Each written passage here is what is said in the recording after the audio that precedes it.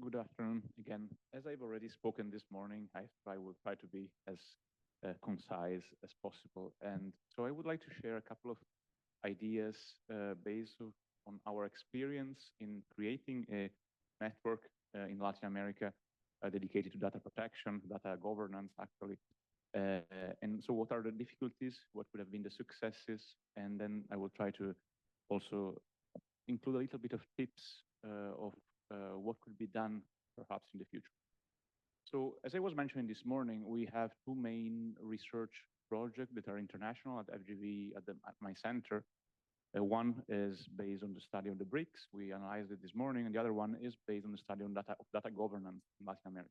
So we have organized since 2020, actually 2021 with the pandemic, a large conference called CPDP LATAM. You might know CPDP, which is the Computers, Privacy and Data Protection Conference in Brussels, organized since 15 years. We created the Latin American version of it, which is a very interesting platform because it's literally the only multi-stakeholder conference that convenes regulators, business leaders, and academics of the region, activists, to discuss a wide range of data governance issues, and then to dedicate one day to a specific, that this year, for instance, was AI safety from the perspective of the local actors. So give you an example, during the entire day of AI safety we had not only researchers, but also enterprises, very large, actually, enterprises that were born in Latin America, like Mercado Libre, like Nubank, like iFood, that perhaps most people here don't know, but are enormous platform in Latin America, in Brazil, and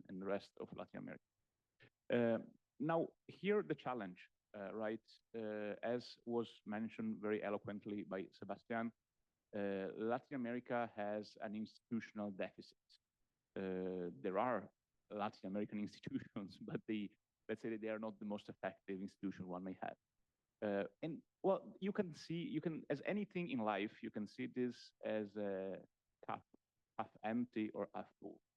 If you look at it being pessimistic, you are frustrated and you don't know what to do.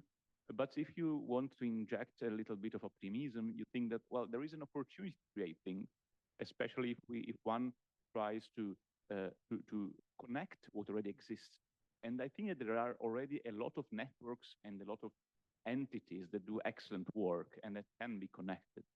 We are in our small dimension of trying to find who are the data governance leaders and leading thinkers and regulators in the region. We have been quite successful. Has been quite difficult, but we have been quite successful. It's a very specific part, as if you recall my explanation this morning about the various layers, the enablers. Data is only one, but there are a lot of other institutions that are doing tremendous work. And Rodrigo was speaking about the incredible work they're doing at Senia with LATAM GPT. Sebastian is creating another network of leaders that could help develop Latin America. And I think that probably I confess, when we first spoke, Gustavo, I told you I would have never thought in my life partner with the church on AI. That is, I confess. That is I think is the proper place to confess. But the more I think about this, the more I think it's probably the best possible partner we can find, because it's clearly the most stable institution we have in the world, and is clearly one of the most one of the institutions that has the most capillary ramification, at least in the region.